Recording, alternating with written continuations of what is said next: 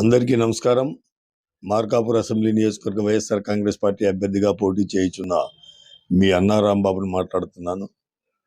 సమాజంలో వివక్షను రూపుమాపేలా రాజ్యాంగాన్ని రచించిన డాక్టర్ బిఆర్ అంబేద్కర్ గారి జయంతి సందర్భంగా వారికి నివాళులు అర్పిద్దాం. సర్వమానవ సమానత్వంతోనే సమసమాజ నిర్మాణం సాధ్యమని, అణగారిన వర్గాలకు రాజ్యాధికారంలో భాగస్వామ్యం కల్పించాలని రాజ్యాంగ నిర్మాత డాక్టర్ బిఆర్ అంబేద్కర్ గారు నినదించారు.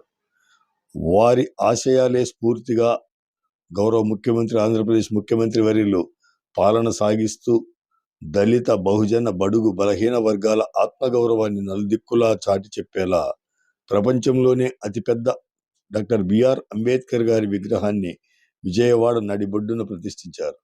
గత 5 ఏళ్లుగా అంబేద్కర్ గారి స్ఫూర్తిని కొనసాగిస్తూ దళిత, బహుజనుల ఆకాంక్షలు నెరవేరుస్తూ వారు కలలు కన్న సమాజాన్ని నిర్మించే దిశగా పాలన సాగిస్తున్నారు మన జగనన్న.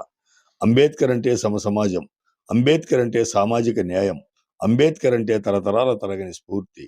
రండి, రాజ్యాంగ నిర్మాత, స్ఫూర్తి ప్రదాత అంబేద్కర్ జయంతిని మనమందరం కలిసి జరుపుకుందాం.